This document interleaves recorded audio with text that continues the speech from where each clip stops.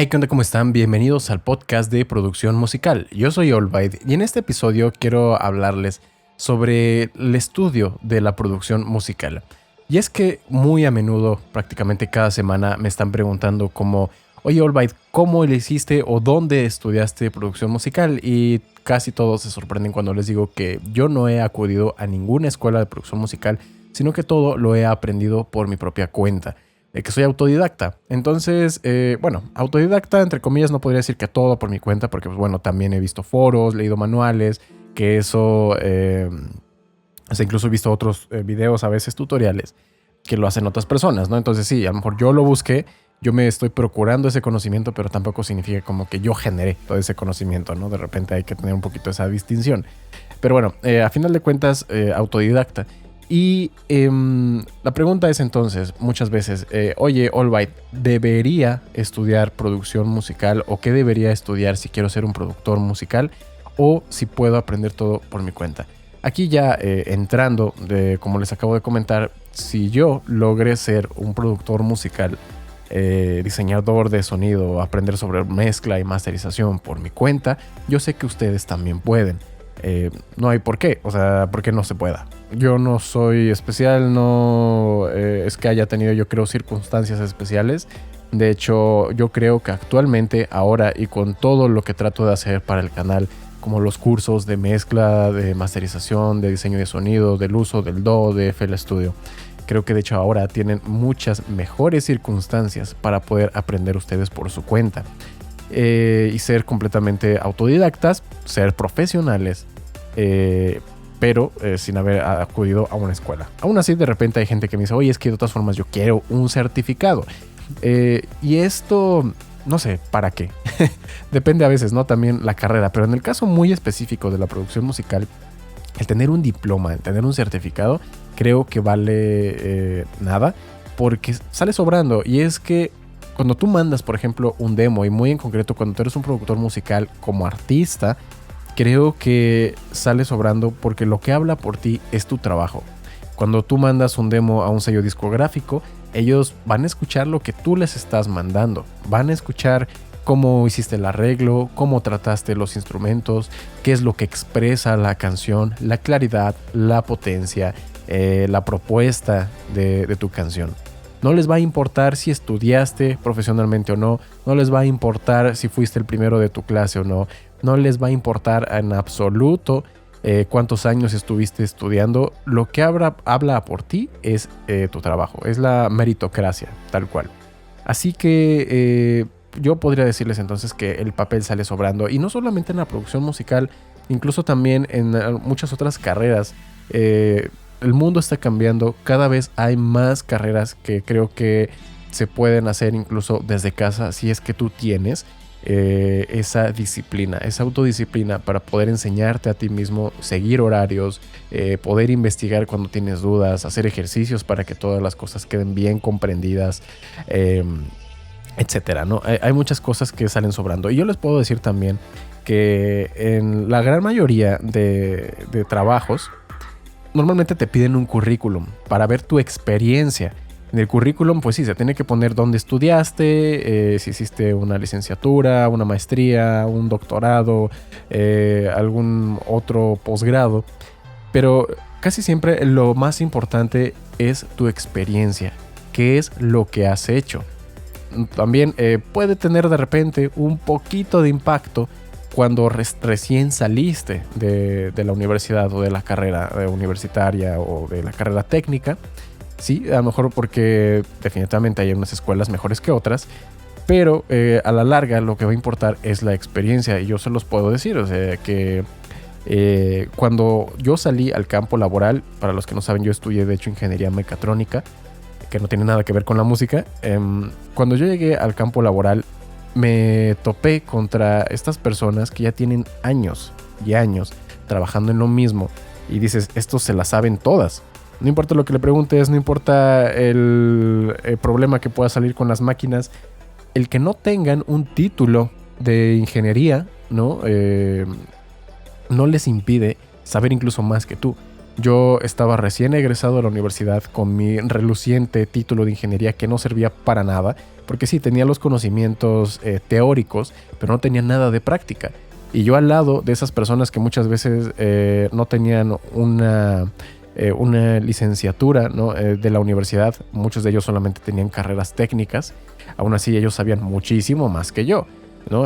Para mí fue un golpe de realidad darme cuenta de esa diferencia, ¿no? Entre la realidad y solamente lo teórico. Siempre lo teórico y la práctica es bastante distinto. Y muchas veces pasa así en cualquier otra carrera, y en la producción musical es lo mismo. Puedes leer todos los libros que tú quieras de mezcla y masterización, puedes leer todo lo que tú quieras sobre ecualizadores, pero si jamás te pones a practicar, a ver efectivamente cómo es que se escucha un ajuste de ecualización, cómo es que se oye la compresión, porque eso es algo que cuesta mucho trabajo al principio, ¿no? Haces ajustes y no te das cuenta qué es lo que está haciendo un compresor. Tienes que aprender a escuchar qué es lo que hace la compresión. Si tú no practicas eso, de nada te va a servir tener todas las licencias, todos los papeles. Pero bueno, habrá algunas cosas donde sí sea a lo mejor un poquito más necesario tener un papel. Y es que a veces me preguntan que si es lo mismo la ingeniería en audio que la producción musical. Y no, están un poco relacionadas, la verdad, sí. Pero no es para nada lo mismo, son cosas un poco distintas. Solamente el audio, la palabra audio, es casi que lo que lo está relacionando, porque un productor musical se encarga principalmente de utilizar el software para la creación musical. Y un ingeniero tiene que entender los conceptos de la física, de la electricidad, de que si el conductor de cobre tiene tanto diámetro y por lo tanto deja pasar cierta mejor, o sea, señales eléctricas, ¿no? Con cierta amplitud, y que a lo mejor si tiene una frecuencia muy elevada se calienta demasiado, entonces necesitas usar esta otra cosa. O sea, son cosas completamente distintas de enfoque. Y por ejemplo, un ingeniero a lo mejor de audio sí podría necesitar un papel, ¿no? Para que sea contratado por un estudio o una discográfica grande, ¿no? Digamos que yo soy Sony Music, Universal Music o Columbia Music, o a lo mejor soy un estudio de películas, ¿no? Y yo necesito que alguien haga las conexiones, ¿no? correctas eléctricas para un sistema de audio, cosas por el estilo. Ahí sí como que te avala un poco más tener ese papel de decir, ok, mira, yo estudié efectivamente esto, sé lo que hago, no te voy a explotar una bocina o te voy a quemar un amplificador porque no sé cómo conectarlo bien. Ahí podría llegar a hacer eso, pero yo sé que muchos están llegando acá porque lo que quieren es producir su propia música, producir beats. A lo mejor son cantantes y quieren hacer las pistas para su propia música. A lo mejor quieren producir música electrónica, quieren producir pop, quieren ser ghost producers, no sé. La mayoría quiere hacer música, no enfocarse a eso, ¿no? A trabajar en un estudio o audio en directo para un concierto. Entonces, para este caso entonces en concreto, efectivamente yo creo que no es tan necesario tener el papel, ¿no? O estudiar formalmente, digamos que en una escuela. Ahora, yo sé que esto no es para todos. Yo sé que hay muchos diferentes tipos de personas. Hay algunos, como yo, que se quedan con una duda y les gusta investigar, les gusta conocerlo a fondo, hasta que me quede bien claro y yo lo pueda explicar muy fácilmente al resto de las personas. De hecho, creo que el haber tenido mi canal de YouTube para poder explicarle a la gente, cuando tú quieres enseñar algo, creo que es cuando más aprendes. Porque, no sé, de repente te da miedo que te lleguen a preguntar algo y que tú no sepas. Por lo tanto, te tienes que asegurar de que conoces perfectamente del tema que estás hablando, para que sea como sea que te lo pregunten, en el orden que te lo pregunten, tú puedas responderlo y estés muy seguro de lo que estás hablando. Por eso a mí me sirvió el ser autodidacta, pero yo sé que hay muchas personas que no son así, que lo que necesitan es alguien que les esté guiando, alguien que les vaya diciendo tienes que estudiar esto, y que tú en cualquier momento le puedas preguntar, ¿no? Saber que tiene la disponibilidad, que está ahí para ti, para que cada vez que tú hagas una pregunta, sabes que te lo va a responder de inmediato y a lo mejor te lo va a explicar con dibujitos, palitos y bolitas o plastilina o lo que tú necesites. Yo sé que hay personas que aprenden mejor de esa manera, ¿no? O que necesitan a lo mejor tocar las cosas para aprender mejor. Digamos, un sintetizador. Yo trabajo todo digital, todo virtual, ¿no? Pero a lo mejor no es tan satisfactorio para algunas personas trabajar de esa manera, ¿no? Dando clic con el mouse. Entonces lo que necesitan a lo mejor es un sintetizador físico que ellos puedan estar moviendo, que como los bebés, ¿no? Cuando están descubriendo algo por primera vez, ver los colores, ver las luces, ver qué hace cuando giras una perilla, tal cual. Y eso te lo podría llegar a ofrecer una escuela.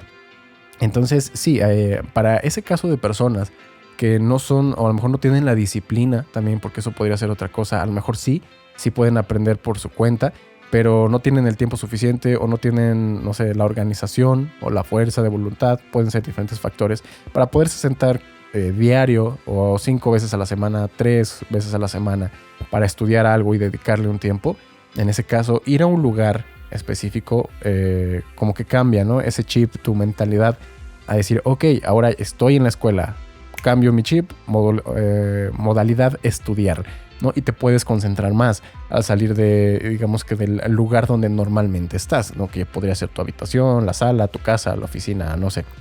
El ir a otro lugar te podría ayudar, ¿no? A lo mejor a concentrarte. Y bueno, en las escuelas siempre hay maestros, diferentes maestros. Puede haber maestros buenos, maestros malos, eso sí. Igual que en las escuelas de cualquier universidad. En una universidad, aunque tenga mucho reconocimiento, puede haber también maestros buenos, maestros malos. En escuelas que a lo mejor no tengan tanto reconocimiento, también puede haber maestros muy buenos, maestros malos. De hecho, yo sé por experiencia que hay escuelas pequeñas que también pueden llegar a tener los mismos maestros que las escuelas de paga. Un amigo mío que salió de la ingeniería, él daba clases en una de las escuelas o de las universidades más top del país de México, el TEC de Monterrey, y al mismo tiempo también daba clases en una escuela que era pública, que era del estado, ¿no? Que era gratuita. Entonces, igual, puede haber de todo. El detalle con las escuelas de producción musical es que son muy pocas, o sea, hay muy pocas opciones, y además es que son muy caras. En general son muy caras. Por si alguna vez han tenido la curiosidad, simplemente investiguen físicamente una escuela de producción musical, cuánto cuesta. Ahí de repente creo que podría también ser un buen ejercicio para aprender a valorar más todo lo que tenemos en YouTube, y no lo digo por mi canal, sino todos los otros canales, videos que hay sobre producción musical, porque es muy muy caro. Porque son lugares que normalmente pues tienen las instalaciones, tienen el equipo, tienen que pagar los maestros, te ofrecen diferentes servicios, acceso a lo mejor ilimitado a consolas, cosas por el estilo. Entonces sí, son muy caros. Entonces esa es otra limitante. Si tú vas a ir a una escuela, tienes que tener en mente que vas a gastar mucho más que si quisieras aprender por tu cuenta. Así que tenlo en mente. Para resumir, si tú eres alguien que quiere aprender producción musical, tienes que hacerte, creo que principalmente, unas cuantas preguntas. Primero, ¿eres capaz de ser lo suficientemente ordenado y disciplinado para llevar un horario, para hacer lo mismo de forma constante durante un tiempo prolongado? ¿Sí o no? Si dices que sí, eso es un punto a favor de aprender por tu cuenta, siendo autodidacta, ya sea a través de videos de YouTube o a través de un curso de alguna otra página, como por ejemplo Udemy, lo cual sale mucho más barato que ir a una escuela física. Y eso sería la segunda pregunta. ¿Tienes el dinero o la solvencia económica para pagar una escuela? ¿Sí o no? Si dices que no, entonces otra vez un punto a favor de estudiar por tu cuenta. Pero si dices que sí, en cuanto a que tienes la solvencia económica y a que eres mejor aprendiendo, haciendo las cosas en vivo, teniendo a alguien, a un mentor, a quien estarle preguntando, y que necesitas, ¿no?, ese apoyo o esa estructura externa para tú poder hacer las cosas, en ese caso creo que sí te podría convenir mejor hacerlo en una escuela física. Y pues bueno, como no tienes problemas económicos, suponiendo que respondiste a esas preguntas, entonces esa sería tu opción, una escuela. De lo contrario, tienes las opciones de aprender gratuitamente a través de videos, de mis cursos de YouTube, por ejemplo, o pagar cursos también de diferentes productores, o también en servicios como Creana, Udemy, Coursera, hay varias, ¿no? En mi caso en particular también tengo 2 cursos actualmente en Udemy, pienso subir más, donde también puedes ver todo de forma muy ordenada y puedes aprender también bastante rápido. Entonces, esas son las ideas en general, hablando Y bueno, ahí el de Udemy te dan también un certificado, ¿no? De que tomaste el curso, por si te interesa también eso.